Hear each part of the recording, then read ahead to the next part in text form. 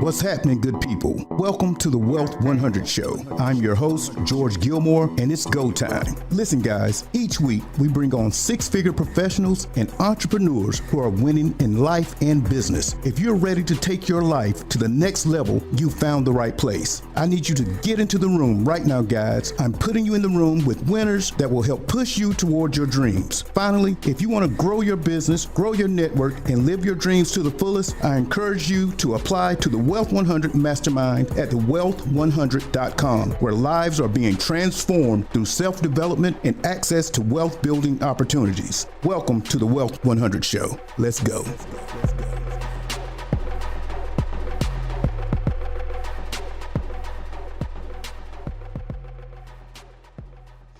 What's going on, guys? Welcome to the Wealth 100 podcast. I am your host, George Gilmore. Listen, guys, I want to thank you for tuning in today.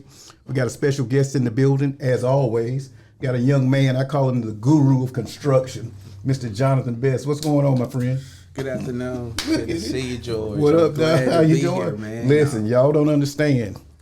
I've been around a minute in the entrepreneurial space, but I have never met someone who has so much knowledge in their space at such a young age. Our guest today is Mr. Jonathan Best. He's the Project Diversity and Development Manager, I'm saying that correct, with Samet Corporation out of Greensboro, North Carolina, which is a billion-dollar entity at this particular point. Yes, is that correct? Samet for the fiscal year 2022 crossed the billion-dollar mark. And you know the significance of that is Samet is a North Carolina owned and operated company. We don't have a parent company sitting somewhere. We haven't been bought out. We're owned and operated in North Carolina. We operate throughout the Southeast. So you got to think of that $1 billion, about 700 million, 750 million comes right out of North Carolina. That's unheard of. Right. Listen, y'all, I told you he's a guru. I'm going to tell you out the gate, if you're interested in commercial real estate, residential real estate, this guy has the plan. You got the plan. I've just been highly impressed. I've known you for a year now. And I was like, okay, if I get anybody in the space, in the commercial space, I want you on the show. And I thank you for coming through today, man. No problem. Listen, you good? You good? I'm good, man. We're getting ready to rock. We're getting ready to rock. Listen, man, tell the folks about you, about where you're from. You told them you're in the real estate space. Tell them about how you grew up. So listen, guys. I'm from Kinston, North Carolina. I know a lot of times when we say that word Kinston, you think about two things, the violence and you think about basketball. But, you know, growing up in Kinston, it was tough. Everybody, you know, you either played basketball or you kind of got recruited, you know, in the gangs and the street organizations kind of early. But growing up, man, you know, I really enjoyed it. I was able to play sports, come through school, and have a really good time with friends and family. And some of those friends I still have till today, although we've gone on to do other things. And you say Kinston is known for, I ain't gonna say it. You said sports and some other activities. Activities. When you say sports, who came from Kinston? Man, I'll tell you, ESPN said it. If you are born in Kinston, North Carolina, and you play basketball, you have the highest per capita ratio to make the NBA. Really? You had Cedric Cornbell Maxwell, Charles Shackelford.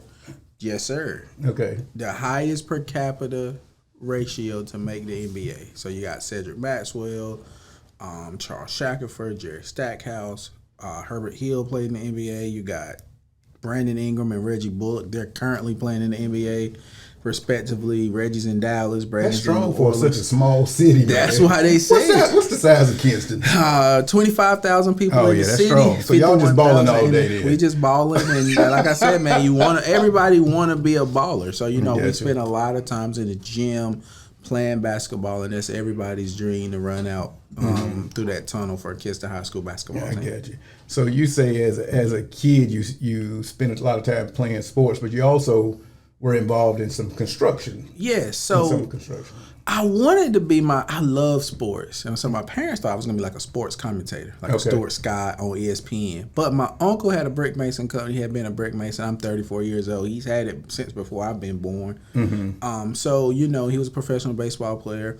And I was really good in baseball. And then I would spend some summers with my uncle doing brick masonry. Laborer, not being a brick mason, but a laborer. So I'm pushing the mortar, I'm picking up the bricks and the blocks. So, you know, I realized I like construction, but maybe not the labor side. Then I spent a summer with my cousin. He's an electrical contractor. Okay. as an electrician helper. Same thing. Realized I didn't like the grunt work.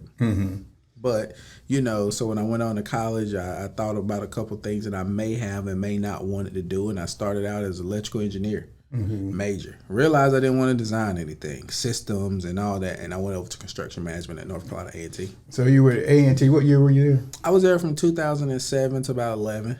11. Okay. My girls went there, but you left before they. Well, you were there probably when my oldest was there. She came out in 14. Okay. Baby came out in 19. Okay. Management informations and finance. Great school. Great school, great time. It doesn't look the same from when I was there. And when I got there, it was going through a transformation. It's going through another transformation, the engineering school and different things. So A&T's doing well, and I know they'll continue to prosper. Listen, I loved everything about, even though I went to Fayetteville State, North Carolina Central, but when my kids went to A&T, I absolutely loved everything about the progressiveness with the school. I mean, they were in the School of Business, and it was just so many phenomenal things. Dean Craig was killing it. Yes. Yeah, he was. Yes. Look, nothing but respect for my man. He was killing the game, bringing in crazy amounts of money to the school at that particular time. But anyway, so you say you were there at A&T, and what was your major again? I started out electrical engineer, realized I didn't want to design anything. Went over to construction management. So a lot of people don't realize that somebody managing these projects. I love my tradespeople that's out there getting the work done, but you got to think you're on $100 million, $50 million project. You got to have some project managers, some superintendents. So that's where our construction managers come in.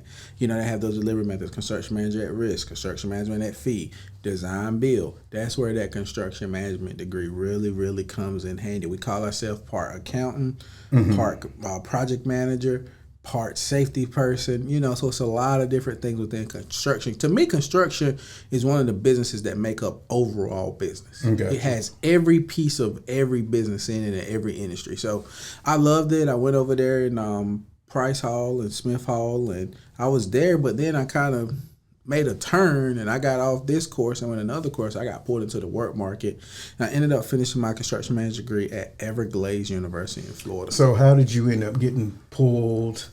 Why did you get pulled prior to finishing at A&T, and how did you get pulled? Man, I was hungry. So, man, I tell any young person that I talk to, man, if you're on site and the site opens at 6, I think it's 7 a lot of times now, you need to be there at 6:30.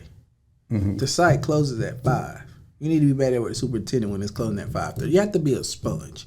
Construction is about knowledge, man. It's not more so the book stuff. The book stuff is good, and the processes and the theory. We know the theory of what to do. But being that sponge, so just really being hungry, being involved. And by the time I got to college and we were getting ready to come out, it was getting ready to be 12. President Obama had just got elected. We were getting ready to kind of come out of that recession. And the companies were revving back up, and they needed people. And I just kind of started working, and it did good. And I promised my parents I'll finish my degree, and I finished it at Everglades. So they literally hired you out of college to do what you were that good, sir. I'm not going to say I was that good, what I'm hearing, or if they needed people, but, I just had the good opportunity. Was it based on a specific skill set that you already had developed, or what? So my very first intern, so I have a great friend, and he's a mentor. He told me Friday that I'm not the mentee no more, that I'm actually should be mentoring. His name is Calvin Stevens. Calvin was working with Syntex Homes. And Syntex was bought out by a company everybody probably heard of it, Balfour Beatty. And Calvin was here when the state let out their first $1 billion bond program. Okay. And we'll talk about it a little bit later, but he had that dual role kind of like I have now. But Calvin really mentored me, man. He got me helped me get my first internship with Balfour Beatty Infrastructure. Okay. So when I first got into commercial, I was in highway, heavy civil, bridges, roads, horizontal type working, man. I remember being out in Savannah at the Harry S. Truman Parkway, and you had to have a life preserve to go over the bridge on the work truss. And I just said, oh, no. I was going to say, I'm out. I'm not doing it. If I got to wear a life vest to do the job, I don't need the job. So, from there, I had some couple good internships. But I think the biggest thing was when I had the opportunity to get with Gilbane. Gilbane, international, large company. Got kind of in the Southeast through acquisitions, man, and I was able to get there. That's when I really saw my career take off, and that's where I finished my degree. That's where I started dealing with schools, little high rises, little interiors, and I just been blessed, man, to be in a position that I'm in. I was in pre-construction and estimating, so I was putting the numbers together. And I've been blessed, and I continue and hope I can pour into some of the younger people in the future.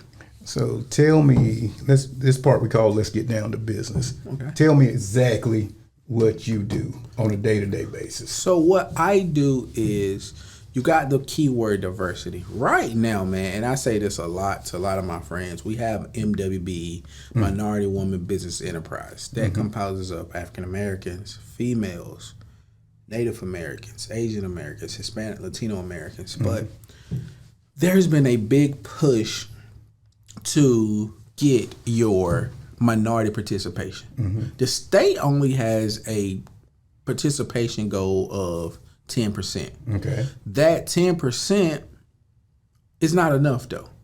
They want 20, 30, 40, 50. I mean, can we even get 100%? But so what has happened is the supplier diversity managers have come into play where we're out there on the ground trying to make sure we get enough of the participation. And now you have some municipalities that say, okay, you got your minority participation, but we want you to have this much minority and this much woman. Gotcha. And I think in the next 3 to 5 years, you'll see it broken up when they say, look, we want this much African American, this much Native. They're going to break it down to categories because the disparity studies are showing that African Americans are really not getting the contracts and the dollar volume that we need. I gotcha. So the second part of my job is development manager. I'm responsible for business development for our public entities. Fayetteville State, we have a dorm project with them. I was responsible for understanding the opportunity, going through the go, no-go. I know we're going to hit on that a little bit later. That's a good thing in business, the go, no-go.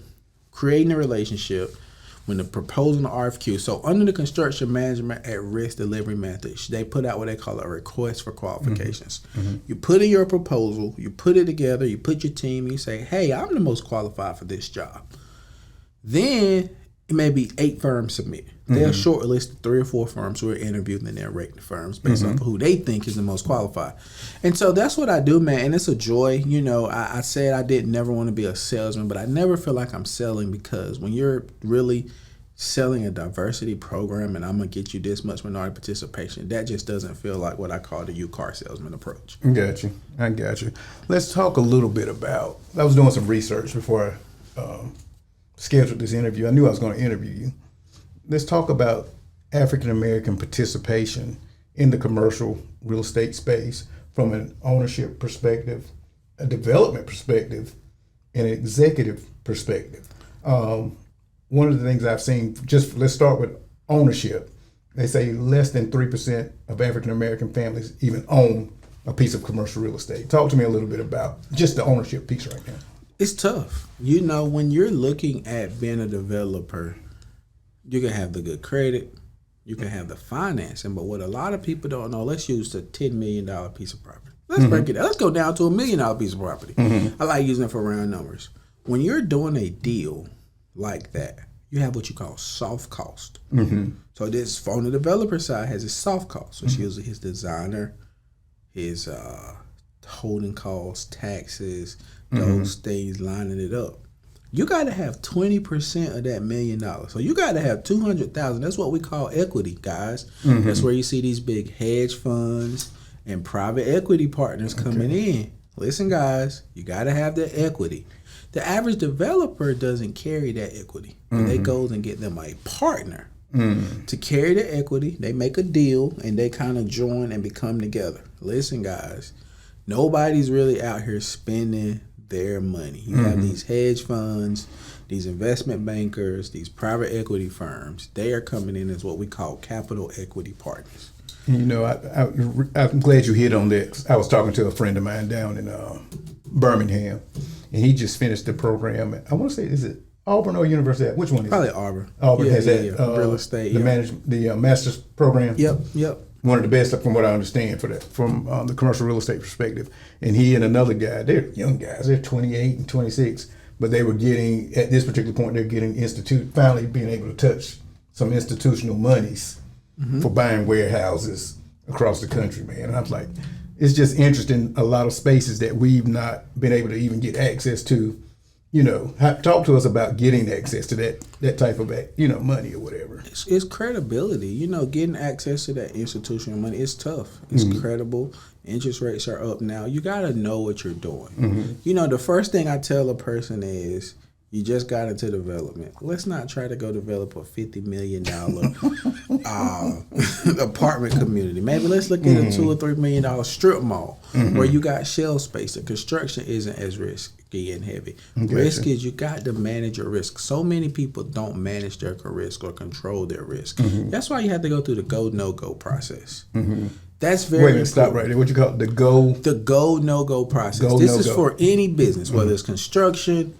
Let's just say, all right, let's look at, you're a construction company, right? And George, you come to me and say, hey, Jonathan, I want you to build this $100 million warehouse for me. And I say, okay, I need to evaluate the process. Okay, does George have his money in place? Yes, George has loans. Okay, does he have his capital, his equity in place? He may or may not. He may be working on the equity part. That's a red flag. You want people that got the capital in place before you start putting resources. The schedule. Do I have the proper superintendent and team to put on George's project? You got to evaluate that risk. Once you evaluate that, how much is it going to cost me to pursue this project? At $100 million, you're looking at about $100,000 investment just to pursue the opportunity. I got you. Because we're going to have to price it. We're going to have to let you know what the cost is, the schedule is. George, you're not going to just say, hey, I'm going to give you $100 million. You're going to want to meet me a couple times. Right. You may want to fly out and look at a similar project, So that go, no-go process is very important. It's a matrix, man. And, me being on the business development side, I want to go after everything. But I really had to start refining myself and knowing, now, I'm to the point I can say, no, this is a no-go. I don't even need to take it to the team. Gotcha. And every Wednesday, we sit down and go through that process on different projects. And that's a key in business. You could be selling hair, and you want to introduce another product. You go through that go, no-go process, and a lot of times it won't lead you in the wrong direction. Did you hear that, guys? You could be selling hair. This go, no-go, is that a construction... Is that construction lingo? Because I've never heard it until I talked to you. But it's a business thing. Think about when a company is getting ready to make an acquisition. When Elon Musk acquired Twitter, he went through some kind of go, no go. It could be different in other businesses, but he just didn't make up in his mind, I'm going to go buy Twitter. Right. There's an evaluation period. There's a due diligence period. And this is the right thing for me and my team. I love that. I'm going to have to steal that go, no go. Hey, I'm going to steal it and use it for some of the stuff I'm doing, I think. Talk to me a little bit about, we were talking about African Americans being in the commercial space. I was looking, they were saying that about 1.3% of the executives are African American, and mostly men, and it's like less than 1% for African American women in the commercial space. So how do we fix that? You gotta be hungry, man. I hate to say this is 2023. Don't say nothing crazy. I'm not going to say nothing crazy, but us as African Americans, talk to them. Let's just be honest. Construction is a Caucasian male-dominated industry. 80%. 90. Let's not even get into the females. And then the workforce is dominated by Hispanics and Latinos. Okay. So where is the place for the African Americans, right? Gotcha. Everybody's trying to meet a quota, right? Everybody wants to go grab this engineer from A&T and Howard and FAMU. But I tell anybody, man, you got to work twice as hard. When I mean twice as hard, I'm not saying because you're being discriminated against. A lot of times our programs aren't up to par. Now, ECU, let's look at them for example. They have 3 tracks: commercial, residential, horizontal. You can choose a track that you want to be in, and with the general classes. So we're already coming into the situation behind in the construction industry, in the real estate industry. North Carolina Central is the only HBCU that, to my knowledge, with an MBA that has a concentration in real estate. Okay, I didn't know that. We're already behind. Yeah, I didn't know that. And we love going to our HBCU. So I say you got to work, and when I say work twice as hard, you got to close the gap because you're already coming in behind from the education standpoint. Then this is what we like to do. You know what they like to do, George. Everybody listen up now. You want to get to work at 8:30, We want to take our hour lunch break. We want to leave at 5:30. We're not willing to get there at 6:30 and leave at 6:30 or 7. Man, it's a grueling industry. We make good, but we work hard. I spend a lot of time on the road. George could call me, and I'm in Charlotte for 2 or 3 days. Right. You know, most of the time I do call you either on the road or you're at some meeting, at a board meeting or something. And so, we have to be able to balance because it's a lot of distractions. You'll get pulled into all these organizations that it's fun to do those things, but you're not getting your work done. And so the breast and the brightest shine. I got you. So tell me about how do we as a community leverage commercial? Because, massive amounts of wealth have been created through commercial real estate. How do we leverage that as a community, particularly coming from the space we're in right now? Because we're getting a lot of knowledge right now, but how do we leverage that? We need to create our own private equity funds. PE, talk to them. We gotta come together, create our own private equity funds where we're funding our business. So if Jonathan Best wants to build a strip mall, his credit is good. That strip mall is going to cost $2 million. He needs about $400,000 in equity. We should be able to go hit our own funds to get that private equity to do the deal. Then bigger than that, the people that are invested in this private equity group need to then be the end users. Your salons. My good friend James Montague, he has a good kind of strategy.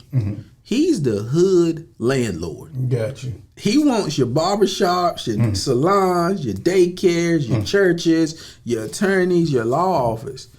We got to focus on us. We can't go out here and get the deal done. Then we want to think we're going to go recruit a Starbucks. That's all good and well.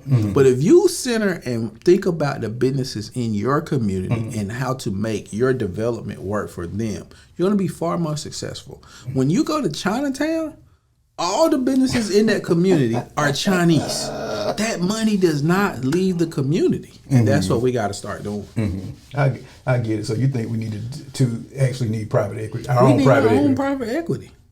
We need to be testing. Is there anybody that looks like us that's out here leading that right now? That you would think? Don Peoples has a merger developers fund. He got one. I didn't know he had a fund. He does have one. Okay. And I've been in kind of some communication with his son Don III on some projects. Good guys, man. They've been out here for a long time. Don got his start in the public-private partnership up in D.C. with Mary and Barry and some of the other ones. And now the third has kind of come in and is doing, carrying on. But Don Peoples. I've seen some in the hotel space. What's my man? Kenneth Hearns. Yes, Kenneth Hearns. And I think, what's his name? He's still on BT. He has a private Bob Johnson. Bob Johnson has a PE firm, but it's mostly, I think, hotels mostly. Yep. We got to get those private equity and those funds because we should be investing in our own projects. I get it. Look, so what does a day look like for a young man like you in this commercial real estate? Start me at what time you get up? What's going on? How does that day go? So I set my alarm for 5:30, but most mornings I wake up and open my eyes at 3:30. Jesus Christ. So 3:30, I'm still not. 3:30. So what I'll do is I may get up, do something. I listen to a lot of YouTube ebooks and stuff. So I may be laying down, but I'm either on an ebook, I'm on some kind of YouTube podcast or, personal development. That's usually from 3:30 maybe to 4:30, 5-ish. I may fall back to sleep for about 30 minutes, 45 minutes. Me and James have a call every day, anywhere from 5:30 to 6:30, just depending on if I'm up. He's up every day at 4 o'clock doing his meditations. Okay. And then from there, I'm usually out the house by 6:45, 7 o'clock. I got to get my juice, so I'm usually stopping at Whole Foods, grabbing my juice. And then what I do is I section off my days. Okay. From 7 to 7:30, 7:45, that's email time. So each day, the day before, I like to write out what I got to do. So I have my emails, my little stuff. Then I have, meetings.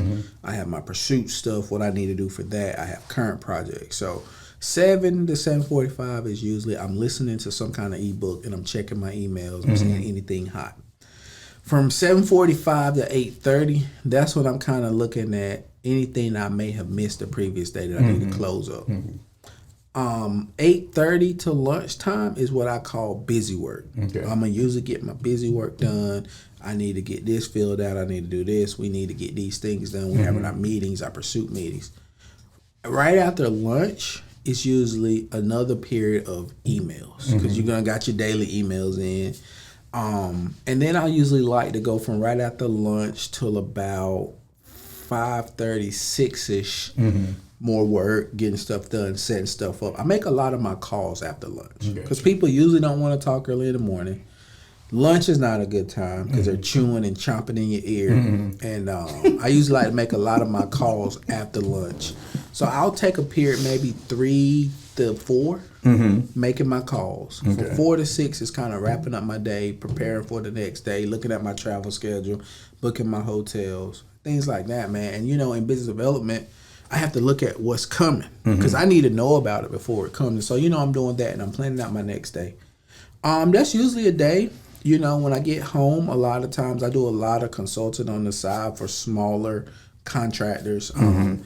I look at that, get some of that work done, have my calls with my people. If you know me and you ever talk to me on my way home when I get to that parking deck, you're going to hear that fan when I get Y'all there. don't know about the fan. Jonathan will tell you, if you're not a friend, if you're a friend, you'll know about the fan. If somebody tells you they're his friend and they haven't heard the fan, they're not a friend. They're not, man. You'll think I'm getting on a helicopter or something, man. But that thing, it's one of those exhaust fans in the parking deck under the building where I live. And then I like to close out my day reading about for 30 minutes. 30 minutes of reading. That's pretty strong, man. That's a long day. It is. That's a long day. I know every time you call me before I'm up most of the time. It's a lot of Gilmore, long days. you up? But I balance it out. I go to a lot of sporting events. George will tell you, man. You call me. A lot of days I'm at sport. That's my outlet. I'm looking forward to our next event. Looking forward to our next game. I love games. So sport. If you want to catch my attention, let's go to a sporting event and we can talk and we can chat. But man, that's my day. It's a lot of long days. Construction is tough. Yeah, it's not easy. It's not for the faint. Most of us are on salary. Salary means they got permission to work the hell out of you. Everybody holler about they want to be on salary. Salary means that you have the permission to work the hell out of me. I can't say no. If I got an event at 6:30, 7 o'clock, I can't just go home. I gotta go. You gotta be at that I spend a lot of, sometimes when I go to Charlotte, I'll work all day. Leave for Charlotte at 6, 7 o'clock at night because you don't want to lose that good working time. I got you. So tell me, like, during your day, I know you said you pursue opportunities. I know you said last year you brought in about 130 to 150. About 150. 150 million you were able to bring to the table for your company. What does pursuing an opportunity look like? Because a lot of people don't even understand that process. Here's a building that's going to be built downtown Atlanta, downtown Raleigh, whatever, and it's a $50 million project. How do you find that project? How do you get in contact with the right people on that project, and how do you pursue that project? So I'll give you guys a good case right here in Fayetteville. We're Fayetteville, North Carolina, recording this, and I can give you. When the General Assembly, I get excited about telling this story too. The General Assembly gave Fayetteville State about $180 million. New dorm, new college of education, a couple other little projects. I have a good friend. He's my good friend. I got to shout him out. James Smudgy Mitchell, city councilman down in Charlotte. That's my friend. He's like another mentor to me. You can't go to Charlotte without getting. If you got any business of doing Charlotte, you're going to call James Smudgy Mitchell. But he told me, he said, hey, man, Fayetteville State is about to have about $180 million. Elizabeth City had about $160 million. He said, hey, with me and him shoot the breeze on, he said, let's put together HBCU strategy. I said, what you mean? Let's talk. You know, I'm always up for talking and strategizing. I spend a lot of my time strategizing. He said, this is what should happen. Samet, you guys are a good company. Y'all are reputable for MWBE. Tino McFarland is the largest African-American owned GC in the state. Okay. I think you guys should come together. Now, what did that look like? We got to introduce you to a new word. It's called a joint venture. Okay. It's like a partnership. You got one firm, you got another firm. Yes, we come together and marry. But just like any relationship, you got to date. We may not like each other. Right. We got to get to know each other. There's going to be some bumps in the road. But we came together. We had a meeting about HBCU strategy.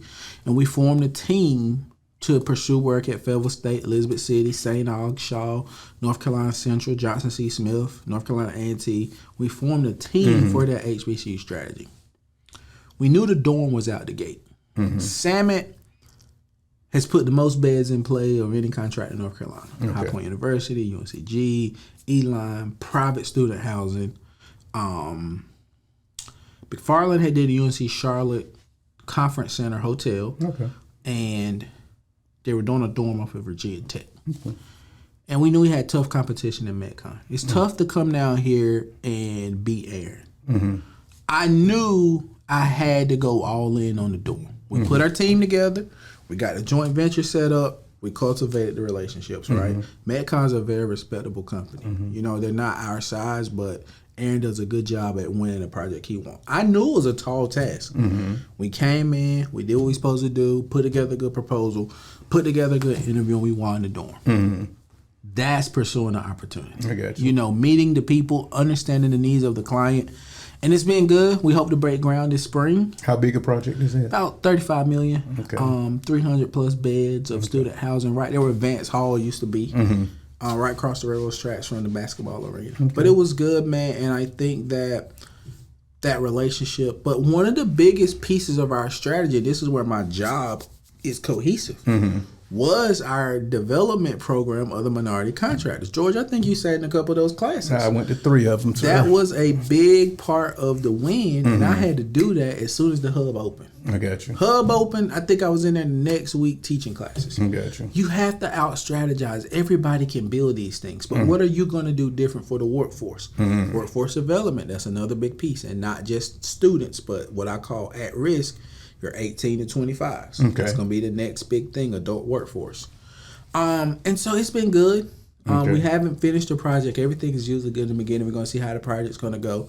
There's going to be some bumps in the road, but we're going to finish when we're supposed to. But that's how you pursue an opportunity. Okay. Give you another example, Lee County Library. We had to see them at risk experience. This was their first project. We have a good relationship with Sanford Contractors, who has a good relationship with the county. We formed another joint venture, pursue that project one. It's knowing how to put the pieces to the puzzle together to put yourself in the best situation to win. I got you, man. So where are you specifically located, your corporation? I'm in Raleigh, but I spend a lot of time in Charlotte. I spend some time in Wilmington. I talk to the Charleston office. I'm wherever the company needs me. And a lot of times they'll call me and I got to go. So you got offices in Charleston? Charleston, Savannah, Wilmington, Raleigh, Charlotte, Greensboro. Y'all haven't stretched out to Atlanta yet. I figured y'all would be in Georgia. Well, you said Savannah. So you can build anywhere in Georgia, though, because you're already in Savannah. I think Augusta maybe, but that'll be like Columbia, Augusta. But I don't know if they really want to go to Atlanta. Atlanta's an 800-pound gorilla. Yeah, I don't know if we want to really get into that dogfight. Play the edges. What's the talk to me about some of the bigger projects that you've worked on. Bigger projects to the smallest projects that you worked on, actually.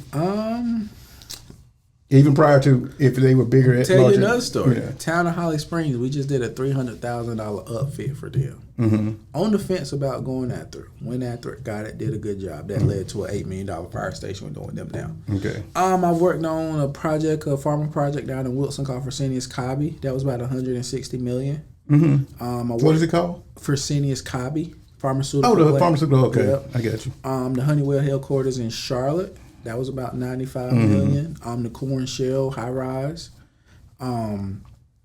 Currently, the dorm at Fayetteville State, that's about $35 million. Elementary schools anywhere from $30 to $40 million.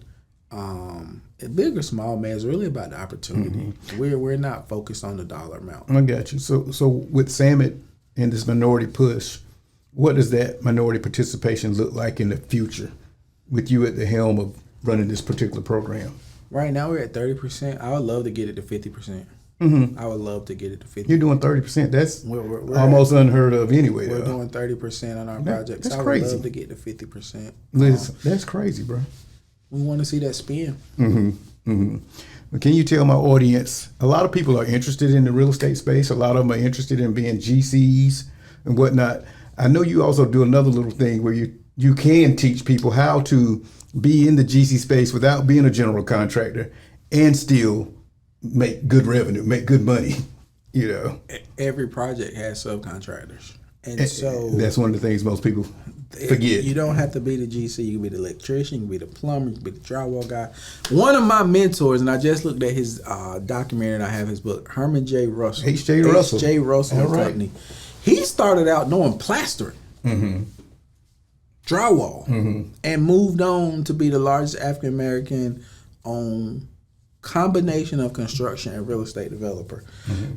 It's money everywhere, guys. I tell people all the time, I cannot make this stuff up. I just taught a class a couple weeks ago, man. I'm showing them money everywhere, from janitorial to painting to professional services, man. It's money everywhere. It's a great time to be in North Carolina.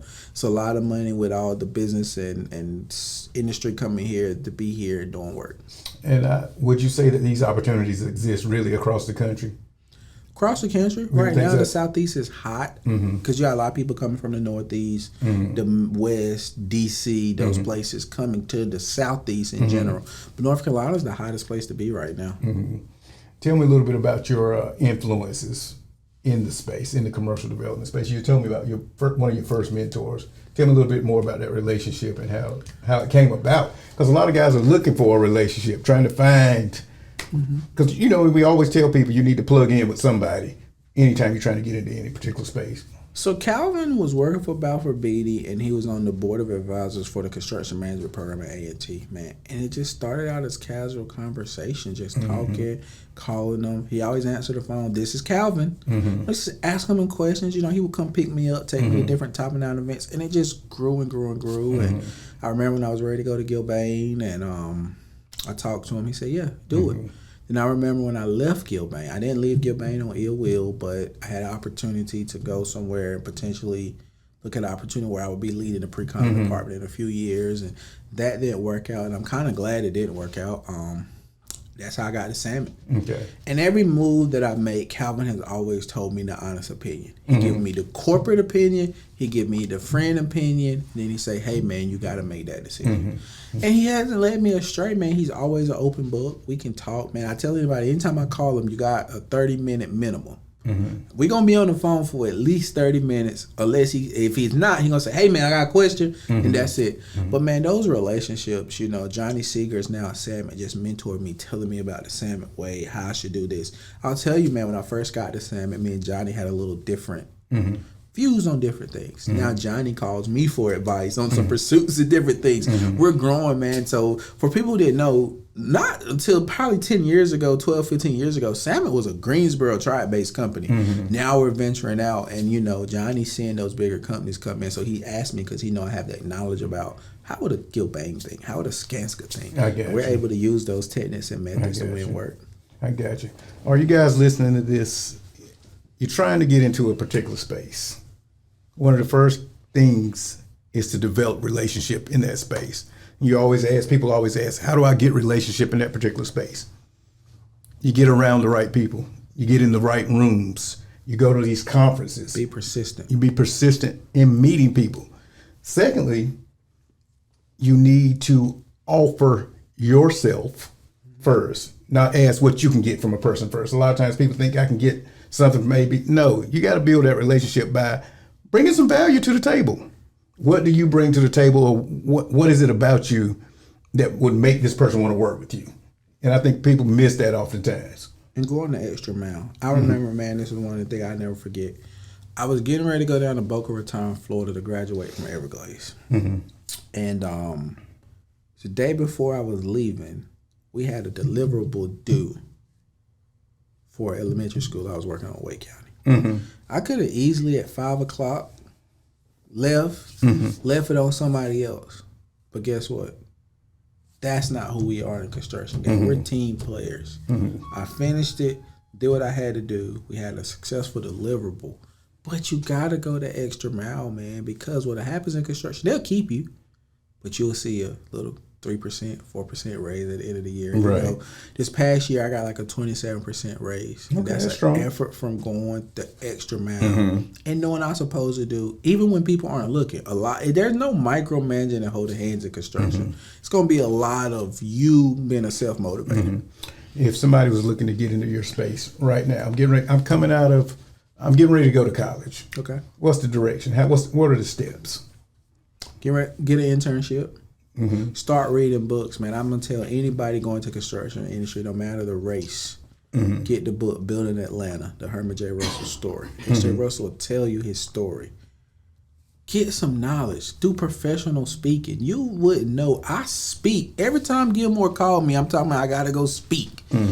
Professional speaking will take you a long ways if you can speak. I mean, I'm speaking all the time. No, you are. I'm giving presentations all the time. That's a key. A lot of people in construction are shy. We're engineers by background. We want to sit in a corner and just do our thing. But that's not really what it's all about, man. We're having to get out and be out front. And just be willing to be a team player. Be willing to know this is not your job. Gotcha. But the front desk lady is tied up, and I'm going to go print these copies for this event I got to. Man, you got to be selfless in the industry. Listen, I love that piece, man. We're getting ready to close out, but I want to talk to you a little bit about mindset. We already talked about mentorship.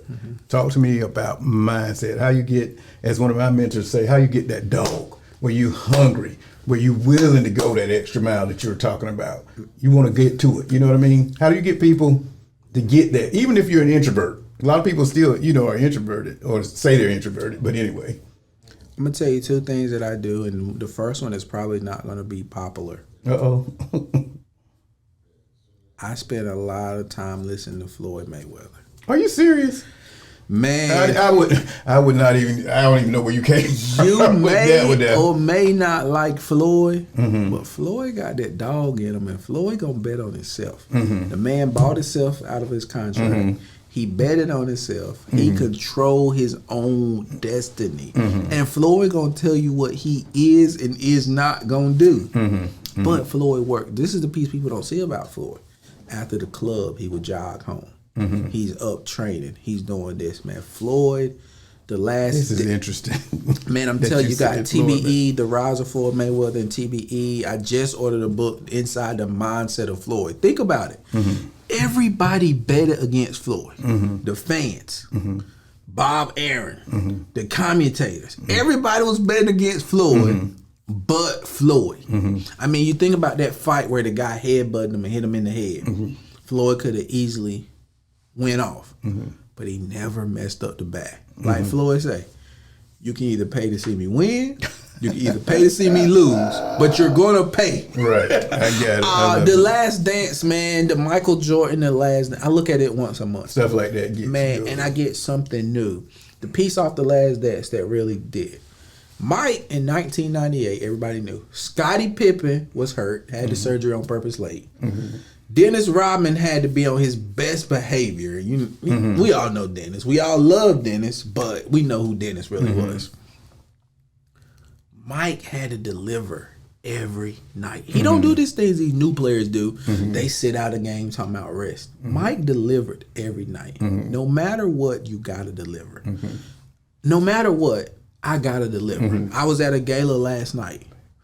I got to deliver. I can't be off my game because you got the people that run the city, the county, at my table. You got to be on. Kobe Bryant, man, Mamba. I remember the story. I was listening to this. Kobe was on a podcast, and another NBA player was out there working out, and Kobe was there before him. So the NBA player worked out and did his workout, and when he finished, Kobe was still working out. And he said, "Hey, Kobe, why are you still working out?" He said, "Because I had to let you know that you won't outwork me. You don't have to always be the smartest, but if you outwork people, so you got something. You got something." That's what I do. I outwork people. I don't use those big fancy words, all that stuff, but won't nobody in my office outwork me. I got my competition will not outwork me. I love it. And that's just how I'm rolling. 34, killing the commercial real estate and residential real estate. You are the man. Look, we're getting ready to get out of here. I want to talk to you just a moment tell me about the impact that you want to have in our community specifically, because we've had this conversation. Talk to my people. Tell them what you're trying to do and what how we can help them actually, because we got some things coming. We're working on together. That's going to come out in the future. The first thing is information. I want our people to be informed. I always say this: you can say a person is dumb, right? Because they don't know something. But I work on the monitor. You don't know what you don't know. We had class a couple weeks ago, and I pulled up that IPS. A lot of them didn't know the jobs are right here in your face. I want to see $1 billion go to our African Americans, whether it's in contracts through just contracting, goods and services. That's through your organization. Through that I can touch. That you can touch. I got you. You're responsible for. I got you. It's through some of the consulting things I do, whether it's me coaching people to get there. I want to see $1 billion. I have nothing against any other MBE. Yes. But as an African-American male in a trillion-dollar industry, I want to see more of those contracts go to my people. We've always the ones that have been left out. And I want us to be prominent in this game. There's no reason we should not have an African-American company that's doing $1 billion a year revenue. No reason. Yeah. Not in 2023. No. So I want to see that too. I just want to teach the younger generation. We have a big problem in construction. The average construction worker is past retirement age. Wow. There's a big gap in what we call the middle managers. You're either really young or you're past retirement. I want to help close that gap. We need it. I love it. Listen, Mr. Best, listen, construction guru, construction king, my friend, listen, I thank you for coming through, man, enlightening the people about the commercial real estate space, the construction space, residential, the whole nine. There's a whole lot more we can get into. Listen, if you're interested in that space, you might want to look up Jonathan Best of Samet Corporation. Samet Corporation, that's correct. Where can they find you? Is there any way specific they can find you? I give everybody my phone number. I'm on Facebook, I'm on Twitter, I'm on Instagram, but my phone number is 919-664-3779. If I don't answer my phone, I'm in a meeting, text me, I'm going to get back with you. But 919-664-3779. All my mentors gave me access to them. Gotcha. I believe people should have access to them. Listen, y'all, he just gave you his phone number.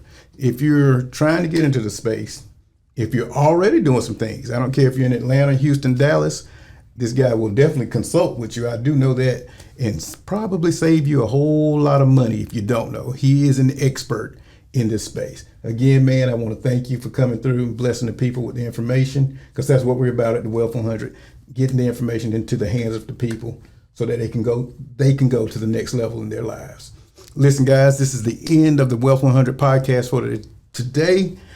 If you're interested in our mastermind, the Wealth 100 Mastermind, I ask that you check in thewealth100.com and see if we can help you live your dreams. I'm George Gilmore, the coach. Peace. Thank you for tuning in to the Wealth 100 Show. Today's show has been sponsored by the Wealth 100 Mastermind. If you're ready to join a tribe of winners, if you want to be a part of the best mastermind on the planet, go to thewealth100.com right now and apply. I need you to get into the room right now, guys. Let's go. Thewealth100.com.